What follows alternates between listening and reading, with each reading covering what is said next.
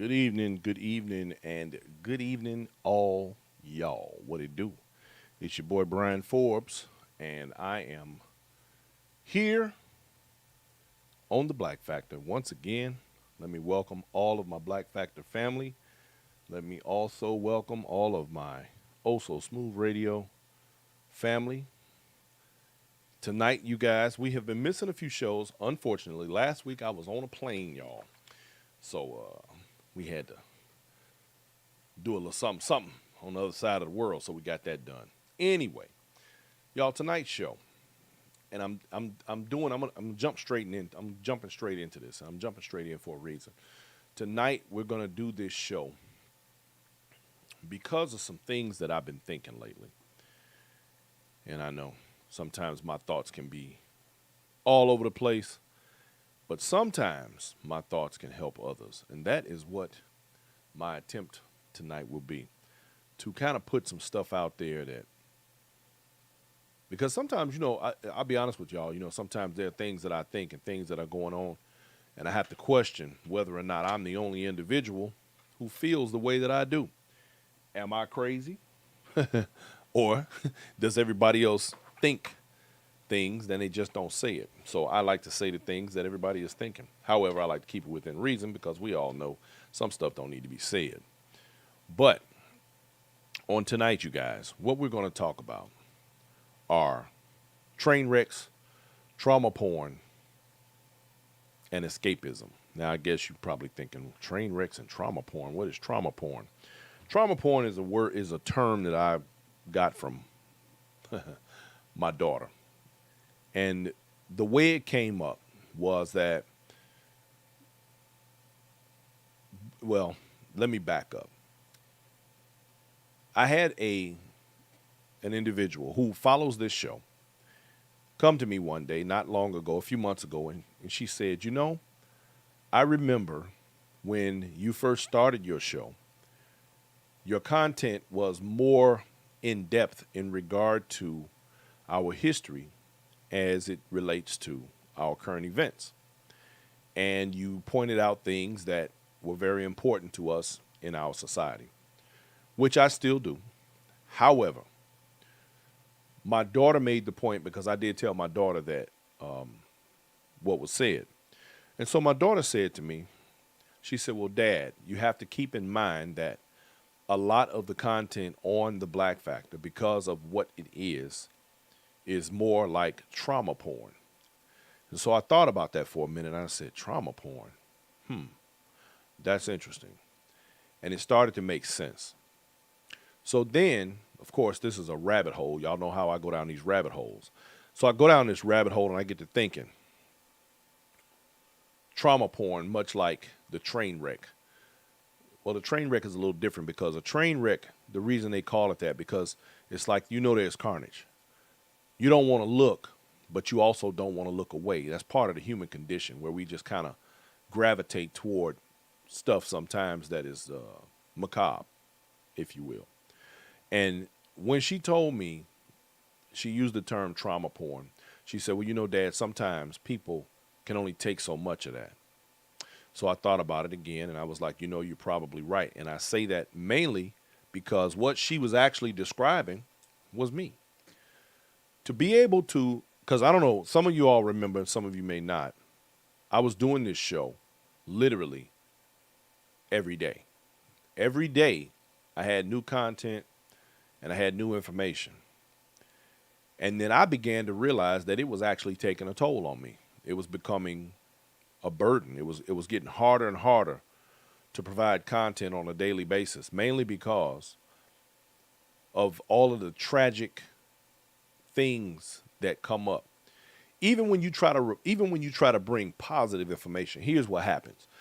In my attempts to find the positives in all of the negativity that we deal with on a daily basis, like you learn about the triumphs that we went through socially as black people in America from the time of the end of slavery till now. But what you in the midst of that, you begin to realize that those triumphs are only triumphs because they're the same things anybody else would have done. But the real triumph is in that we at some points receive some levels of justice. We received some accolades that we deserved that were stolen or beaten out of us or whatever the case may be. But those have become our triumphs, and that is the shame in it all. So at some point, you have to ask yourself, is there success in having to overcome all of these obstacles that were placed there in front of us by somebody else in order to seem to do things that anybody else could do without the obstacles? And I don't mean anybody, because I mean, of course, we've done some phenomenal things as Black Americans. But the fact is, a lot of our triumphs are also draped in the cloak of American hatred and racism. And that part is tragic within itself. So there's this thing, we have the human condition where we've become so accustomed to so many bad things and so much negativity. Like, I wanted to talk about one of the young men who was recently murdered by police, but I can't bring myself to do it. It's like these things have become so normalized. Good evening, Phyllis Harris. Thank you for checking in. I see you. These things have become so normalized that it's weird now.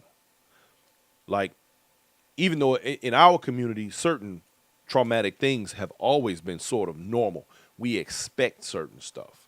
But then we have to wait for it to hit the media before anybody is really outraged, which that's a shame within itself, because we should know these things. But we know mainstream media doesn't carry particular stories unless there's some sensationalism behind it. But we don't have the outlets to carry these different things that come up. So it's up to us to make sure, and myself in doing what I do, to make sure that the world does see these things. Good evening, Demetri Kelly. But the problem is, and this is what I'm getting to. This is what it's coming down to. The problem is this: we as a people, we suffer from levels of escapism. We would prefer to be entertained than we would educated. There's a level of disassociation involved in that keeps us asleep. And in fact, not because somebody else is keeping the information away from us, but because we're keeping it from ourselves. I know a lot of Black folks, literally, who will not watch the news. They have no idea what's going on from one day to the next in our in society. They have no idea from one day to the next what's actually happening in the world, let alone society. So it's kind of like the disassociation gives them an outlet, a way not to deal with the realities that we face on a day-to-day. And then, I guess at some point, people just figure, what the hell, I can't do nothing about it anyway, which is actually not true. There's a lot that we could do, especially if it was collectively. But the problem is, I told somebody this the other day because we were having this discussion, and I realized, and unfortunately I realize, and I do mean unfortunately, that unity and Black people are not synonymous. They are an oxymoron, and that is pathetic. But what else can we do? What do we do in order to form or force some levels of unity in our own community? We refuse to even get together and vote.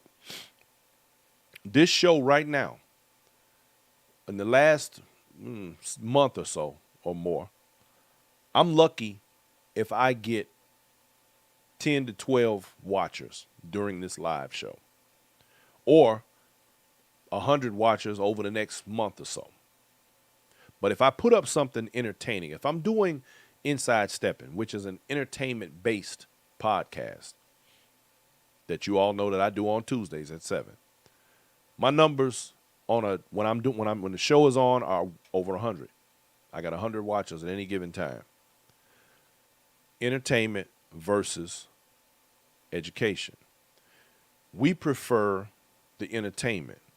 And in fact, we even get to a point where we use some of our trauma porn as entertainment, which is why we have reality television and world star hip hop and all of those different types of entities. Those things have become forms of entertainment. We literally sit back and watch our trauma play out, our drama play out on television and through social media, and we're attracted to that because we're detached from its reality. Do we sit back and let other people's stories become our entertainment? Do we live vicariously through reality television people? Is that something that actually happens? In case you didn't know, escapism is the tendency to seek distraction and relief from unpleasant realities, especially by seeking entertainment or engaging in fantasy. And a lot of people do this on a daily basis to eliminate the realities and pain and trauma that they're going through in their own life. We all have some. But some people are so detached that all kinds of things are going on. And I just think that a lot of people, like, well, they just want to bury their heads in the sand. People be feeling overwhelmed, you know. Sometimes they need a little escape so they can feel better, you know, do a little healing. The stress of everyday life makes some people just want to, you know, get up and scream. It's rough out here, y'all. It ain't no joke. Look at the gas prices. Look at the inflation. Look at what's happening. People ain't making no more money, but the prices are going up, and it's causing people a lot of problems. We are constantly bombarded with negative images, negative news. We're constantly looking at our cell phones and watching television, and, you know, we got TikTok, Facebook, Twitter, Twitch, and the list goes on. I mean, hell, you got a phone in your hand watching me right now, most of you. And the fact is, the ones of you who do are usually the ones that are more interested in the educational side of life, the informative side of life, while others are more, they gravitate more toward entertainment. But all of these things allow us to escape our own realities. And I can't even say that I'm not guilty of it myself. There are plenty of times where I'm sitting here in my own house and I have to put on Netflix or something because I'm looking for a good comedy. Why am I looking for a good comedy? Because I want to laugh. Because, you know, a lot of people tell me I'm too serious. Hey, Bernella Johnson. You know, a lot of people say, oh, man, you know, sometimes you're too serious. Even when I'm doing Inside Stepping, which is a entertainment-based platform. But people say sometimes that I'm too serious. And I guess I just don't find humor in us not taking our existence seriously enough. So, it's a shame that we have to go through the changes that we do in order to be able to survive out in our lives every day and to survive America even. But this is what is necessary.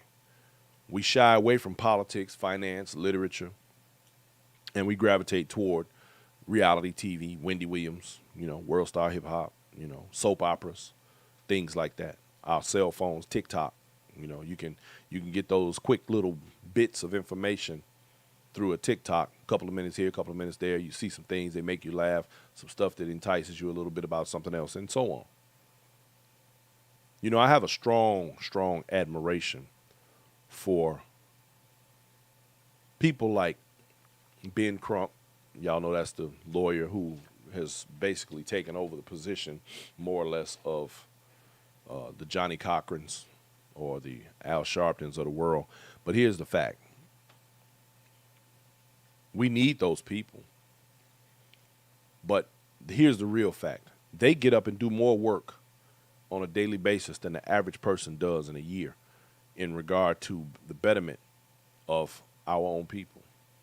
A lot of people have a lot to say about them negatively. They talk about, oh, these ambulance chasers and this and that. They've been given these narratives and names by others. And then we, through social media and television and programming and assimilation and paired associate learning, buy into these notions, and we start calling them the same things. Conditioning. And the fact is, they put in work. You know, these people do more for us, whether we like it, know it, disassociate ourselves from it, or not. The fact is, without their ability to draw attention to particular items that are injustices across this country, we would not know about half of this stuff. And there's the tragedy in it, because there are people within these same communities who could just as easily make it their business to let us all know what's going on. But the simple fact is, a lot of times we don't know unless one of these guys speaks up and says something or ends up on the news. So the bottom line is, like it or not, we need them, because nobody else is going to do that work. And I personally, just even in doing this show and all of the stuff that I've been involved in throughout my own life, I realize that I don't have the capacity. And if I do, I've not realized it yet. But I personally do not have the capacity to continue to try and help people who refuse to help themselves. I admire these men. I admire the Dr. Kings of the world who are willing to put their life on the line for people who do not take their own lives seriously. This is the amazing part about escapism, about the train wreck, about the trauma porn. We've become so desensitized to everything that goes on around us that we don't even want to see it anymore. We'd rather watch a new movie. Good evening, Davina. We'd rather watch a movie, or we'd rather, and Lamont, my man, nice to see y'all. Or we'd rather go and pretend like none of this stuff is happening. We have even gotten so good at escapism that we detach ourselves from the election system. We think that black votes don't mean anything. We think that our vote doesn't matter. I've heard all sorts of stuff come from, especially young people who don't even understand how the civics system works, and talk about what we should and shouldn't do, and nobody march and don't do nothing, and the list goes on. But these are all ways to escape the reality. The fact is, if voting and things like this didn't matter, they wouldn't be working so hard to keep you from it. Understand that much. But we're so detached, and we'd rather go see whose new album is out. I sometimes cringe when I'm around grown men who are so wrapped up in sports teams that they actually use the term we. We won. We're going to win this season. We this, we that. Bro, they ain't cut no check with your name on it. Stop it. Now, some people say I'm too serious in that way. Okay, all right. I get it. But I'm sorry. I cannot, for the life of me, place myself in a position to feel as though I am a part of the team. But this is what comes from a part of this sort of reality TV thing. See, truth be told, when we have these sports teams, things like this, we had reality TV before reality TV was a thing, right? This is how people sort of identify with characters. They identify with these players. They identify with these coaches. And that's their escapism. That's their ability to reach into something that technically they have nothing to do with. But some of these same people will tell you that your vote doesn't matter. But they think that their opinion of why a certain football player should have ran the ball instead of thrown it matters. See, we pick and we choose our escapes, because there ain't nothing real about reality TV.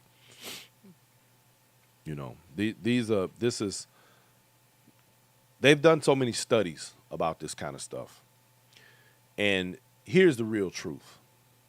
Every time we sit and we watch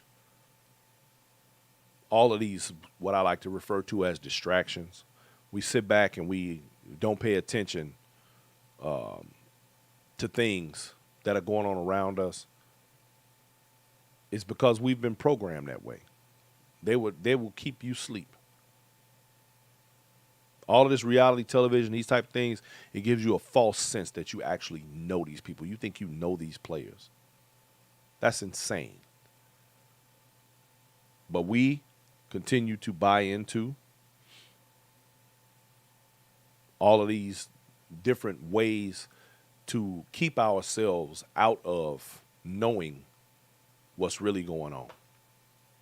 So I have days, and this is what I'm talking about today, where I truly and honestly feel like doing this show, The Black Factor.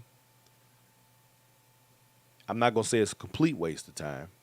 I'm going to say that because I do have people that look forward to seeing the information and taking it in. But just as an example, you know, I had somebody that I was talking to recently, and they were telling me that they were about to publish their first book. After having published my own books, I realized that, and I knew in the process of doing it, but it was something that was a goal that I had to achieve, and I did that. But I realized in the process of doing it that the market that I had set aside for my book, the readers that I was trying to reach, was already a tough market. I knew this right off the top. But the fact is this. There was a quote, and I don't know who said it a long time ago, that went, if you want to hide something from black people, put it in a book. It's bad. I don't want to buy into that. But the reality is people just don't read, especially the way they used to. People don't pick up a newspaper anymore, if you can even find one. Even when there's an article put onto social media or to particular news outlets on our digital platforms, people rarely read them. They'll go find the video before they will actually read it. Did you all know that a recent study by neuroscientists in Japan reported that prolonged television viewing alters children's brain structure? Do you know how many people just prop their kid up in front of a TV instead of educating them? And it supports the findings of several previous studies of lower verbal IQ as well as increased aggressiveness. Now, some people enjoy a little bit of reality TV, but if you're watching too much, some research shows that you're more likely to feel isolated and insecure. And at some point, you should be experiencing your own life, not somebody else's on television, apart from the reality stars you know and love. So it's like, I do believe, and I really do believe this, that some people actually live their life based on what they see somebody else doing. I mean, think about it. Look at how much stuff people will go out and do because they saw somebody else do it that they admired. How many times have we seen some young dude walking around with tattoos all over his face because he saw some rapper do it? He saw, what's that boy, Wheezy, what they call him, oh, I'm going to be just like him. And they'll go and they'll put this stuff all over their face, and they don't even have a job. That man's a millionaire. He ain't never got to work. But you got tattoos all over your face. You got to find something to go do. No, your rap career, it fell apart before it even started. Grand opening, grand closing, and you walking around with a face full of tattoos because somebody that you tried to emulate and live vicariously through because of the lack of reality got you thinking that you know them and you identify with them. See, these are the type of things that I'm talking about. There's so much illusion in our daily lives. And how many people really deal with the reality of what their life is and actually live their own life without the influence of others? You have women now that are going around out here with all these different body augmentations. You have popular rappers. They started that. Now, I understand that people need things to make themselves feel better. Okay, I get it. But what is it about altering oneself to that degree or to a degree of ridiculousness? Did y'all see the young lady who was on the plane and I think they asked her to get off the plane? If you haven't seen her, she's seriously, I think there's that condition is called dysmorphia or something like that, where she has these huge boobs, big old butt, huge lips, blonde hair, and she's internet famous, I guess now. But what causes somebody to want to alter themselves to that degree? Is it society? What about saying I need other people to see me this way so that I feel better about me, that makes people go and do something like that? Because that's really what it boils down to. It's kind of like going to buy a new car. We go and we buy new cars because really, ultimately, now don't get it twisted. I like to buy certain cars because they perform a particular way, and I enjoy that. But the average person goes and buys a new car because they're more concerned about people saying, ooh, look what they driving. Ooh, I like that. Ooh, they spent a lot of money. And that's just a simple fact. A lot of the things that we do, a lot of the vanity that we express, and I am guilty myself. I don't want y'all to get it confused. I'm not pretending like I am not also a person who operates in some level of vanity. But all of the things that we do because other people are watching us, and we know this. And we do things that, it's kind of like the same way we try and behave properly. We don't want to act a fool at the wrong time or the wrong place. Why? Because we want to not be judged a certain way, because we want to be seen a particular way. So we act accordingly, or the way we think we should act, so that we don't have people saying, look at that fool. Some people speak out of turn. And as the old quote goes, it's better to remain silent than to speak. Well, it's better to have thought to buy shit. I done screwed it up. Anyway, the point is, when you open your mouth, you prove to people whether you're dumb or smart. That's the bottom line right there. And we, of course, have to be very, very careful about how we do that. We even have a thing now that's called digital escapism, where people, have you ever been somewhere and you see people walking around and they literally have their head down all the time because they're constantly staring at their phone? Now, I remember a time when we would be out moving around and you go places and you see people and you'd be like, hey, how you doing? And you speak and you look at each other, you make eye contact, and you keep going. Now, you can't make eye contact with people hardly because people are busy staring at their phones. Smartphones have made people very, very, very dumb. We spend an exuberant amount of time on cell phones. When is the last time you literally memorized a phone number? I'm guilty of this one. I used to have phone numbers locked into my head. There were people that I knew that I could call. If I got locked up right now and they took my cell phone, there's probably only a handful of people that I would know that I could actually call. Is that not ridiculous? That's all I'm saying. This is my point. We use so many different ways to remove ourselves from the reality of our day-to-day existence. And that in itself has become somewhat dangerous.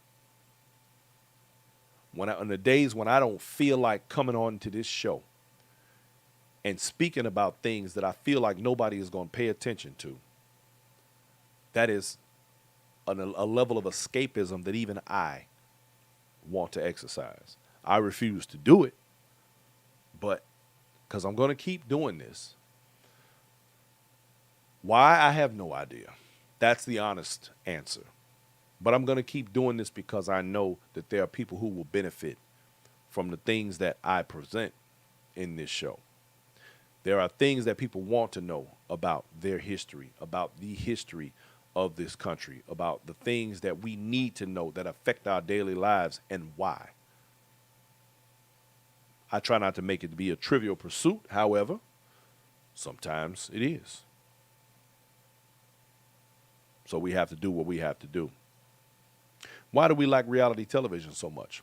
Well, because when these people cut up and act up, we're thinking to ourselves, well, that's how I would have behaved, or that's what I would have said. Because these people are on there saying things and doing things that are, in a lot of cases, bad behavior. I mean, let's think about it.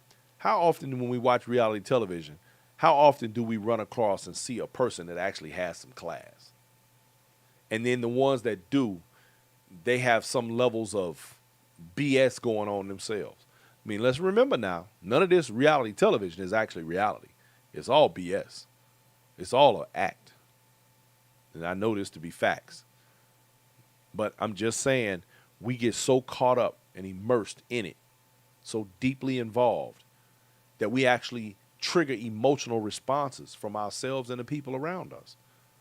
Whole discussions take place on the internet and in social circles about something that happened on a show, and people are sitting there literally trying to pick apart and psychoanalyze these people that are characters. These are characters. These are not real people. They're not behaving naturally. They're behaving the way that they know they'll elicit a response out of the audience. And we buy into it because that is our escapism. That is our way to detach ourselves from our own reality so that we don't have to face the fact that once we turn that television off or once we put that cell phone down, we're stuck with our own thoughts. How many people are that introspective? How many people actually sit down on a daily and think to themselves about their own reality? How many of you, speaking to my audience, get into your car and keep the radio off, and you're there alone in your car with just you and your thoughts? Can you do that without going crazy?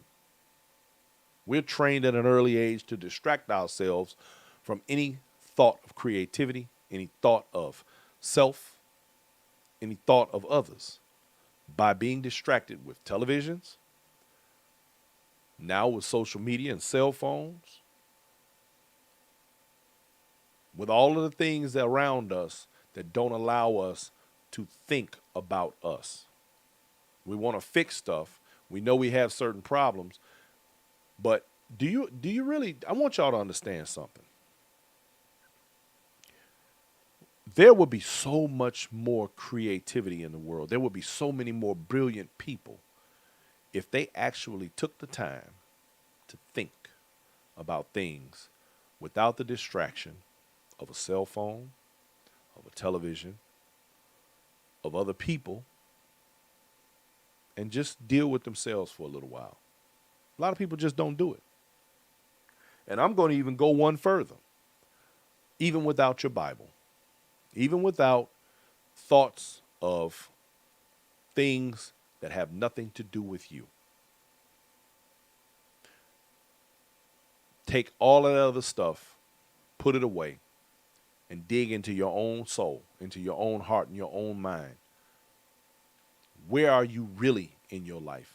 Can you be honest about your life, about what you are, who you are, what you think, and why? That alone is terrifying to a lot of people. We all have history. We all have a past. We all have a resume. And the fact is, only we know the completeness of all of that. But are we willing to, or can we sit down, lay down, kneel, and think about these things without, and I mean completely without distraction, without the escapism, without worrying about what somebody else thinks about our appearance, about what we say, or what we do? Can you do that? And I guarantee you this.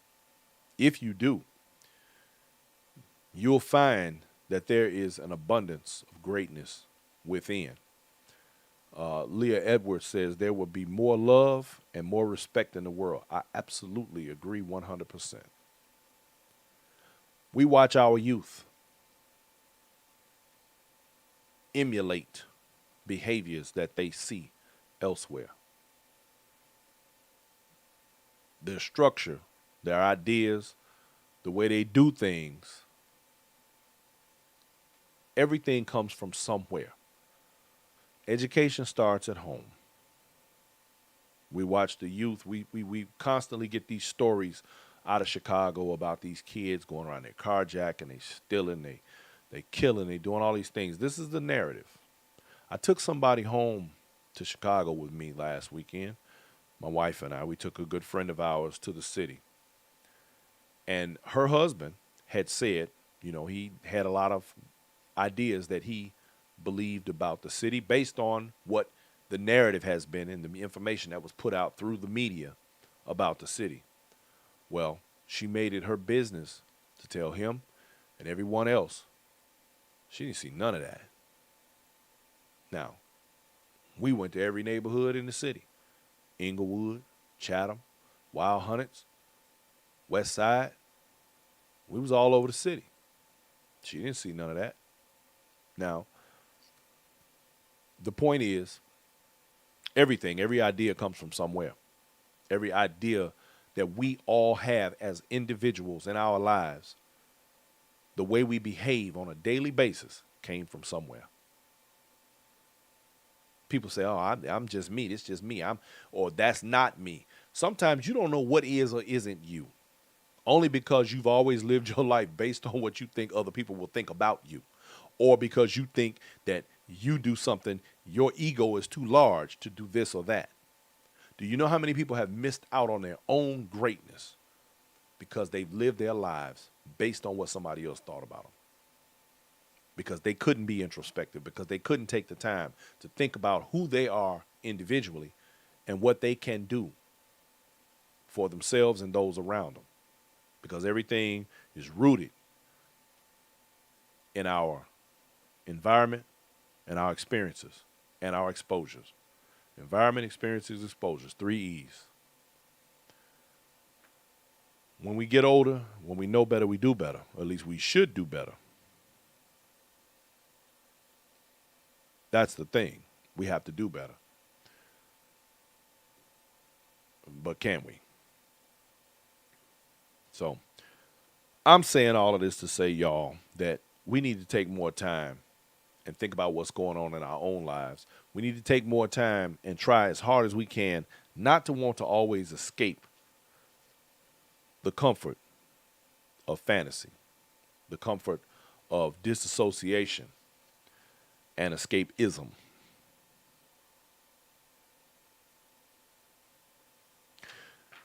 One of these days, I will actually live by my own words. It can be difficult, but I think we can all do it. I always wonder why we are so attracted to debauchery, why we watch the fights on World Star Hip Hop and now TikTok and all of the other places where these things come up in social media, why we sit there and watch it all.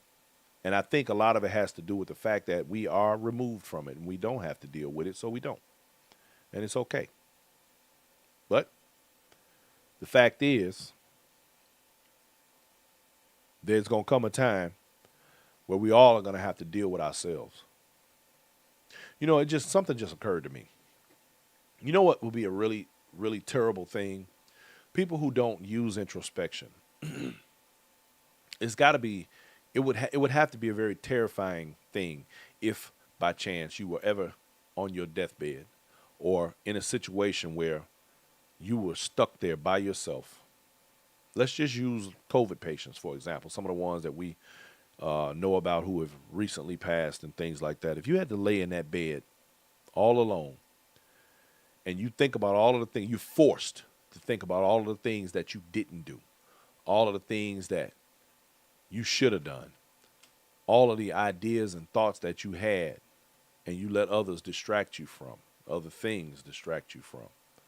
It's got to be a terrifying feeling to be stuck with that, knowing that your time is coming. Don't wait until your time is coming before you take the time to find out exactly who you really are. And even if you find out who you are, how willing are you? How willing are you to remove your ego and actually be who you are without worrying about the people in your circle saying, oh, this cat done lost his mind. There's a freedom in being who you are, detached from what other people think of you. Now, I ain't saying go out here and do nothing crazy. I'm just saying there's a certain freedom in that very few people get the opportunity to live and enjoy. You know, it's a crazy world we live in. So all I'm going to say is this, y'all, because I'm about to end this. Everybody loves a train wreck. You don't want to look. You don't want to look away. But here's the facts. It's time for me to go anyway. Look at my camera acting up. The fact is, we all, I'm gonna blank out for 1 second here, y'all, because we gotta straighten that out. We all would like to enjoy life as we know it, but I think we would enjoy life as we know it so much more if we just took the time to understand ourselves and who we are. I think we'd be a lot happier. It would be nice if society would simply, if people would simply take the time to pay more attention to the realities rather than the fake realities that we live. Fixing this camera, y'all. Ugh. My camera telling me it's time to go. But we have so many things that we could be doing, y'all, instead of being distracted by the non-reality and using escapism as a way to get away from what we should be paying attention to. So rather than be entertained, you know, a friend of mine told me one time, he said, you know, funny thing about black folks, they don't mind failing. They don't mind destroying, as long as they look good doing it. That's a tragic statement, but it is very true. Jaquilla Hughes, yeah, it's one of those kind of nights, my dear. It's one of those days where I myself have to do an introspection, where I have to think about myself and my own reality. And you know, when I do this show, I try as hard as I can to be as transparent as possible with the people who take the time to listen and watch the things that I say. There is a level of responsibility in this, and I have to exercise that when I can. And yeah, there are days when I get deeper than others, and I try not to sound morbid or macabre or, you know, go too far down a rabbit hole. However, some things are necessary. But what I ultimately want for people to do is to be more introspective, to pay closer attention to themselves, avoid the escapisms. They say a coward dies 1,000 deaths, but a man only dies one. How many times have we put ourselves in a position where we've had to deal with how do you tell a person this, or how do you deal with that, or how do you talk to a person about that, and you try as hard as you can to avoid situations, and that's the coward way out.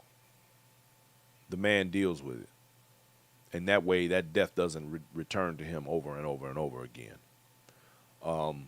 Poppy says, well, that is dancing, drinking, or drugs. Absolutely, Miss Forbes. You are correct. There are people who use substances and they abuse them as a form of escapism. That is another rabbit hole that we could very easily go down, but yes, it is. You know, people get high or drunk because they don't want to face the reality of their life that they know that they have to deal with every day. Unfortunately, I had the misfortune of witnessing a very close friend of mine become the epitome of escapism in that way.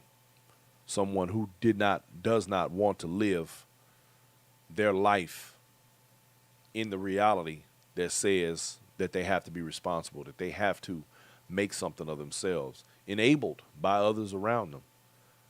And rather than do those things, they escape through drugs. It's unfortunate, but what can we do? Dancing is a way to escape for many of us, especially, a lot of my audience here, because we all, us steppers, us Chicago steppers, we do our thing. But even in that, because there's a time and a place for everything. Because don't want you to misunderstand me. I don't believe that people should not be entertained. I think you should be entertained. But when you use this entertainment as a way to circumvent the reality of your life, then maybe you should reevaluate what you're doing. Some of us need escapes, but some of us also have to deal with our realities head on. All right. With all of that said, Jaquilla, I am done being deep for the night. I'm going to watch a comedy and escape. I'm stupid, excuse me. Anyway, I want to thank everyone for tuning in. I want to thank my So Smooth Radio family for tuning in and checking things out. I want to do what I need to do to deal with the realities of my life, and I want everybody else to also do that. I want you to take the time when you're riding in your car, next time you're riding in your car, y'all, turn the radio off. Turn it off and just think. Just get into your own head. Solve some problems. Deal with your reality. Help somebody else. Because some people do need help. And if it's nothing more than a kind word from you, it might just be all they need. All right? So, ladies and gentlemen, this is going to conclude the Black Factor for the evening, and I want to thank you all for tuning in. I appreciate you, each and every one, and we will see y'all again on next Tuesday with Inside Stepping, because we're going to have, as usual, another great guest or some great topic to talk about, and we'll be back on the Black Factor on next Wednesday, 7 o'clock Central. So I look forward to seeing you all. Thank you so much, and I want you all to have a fantastic evening and have a great weekend, because I will. Peace, y'all.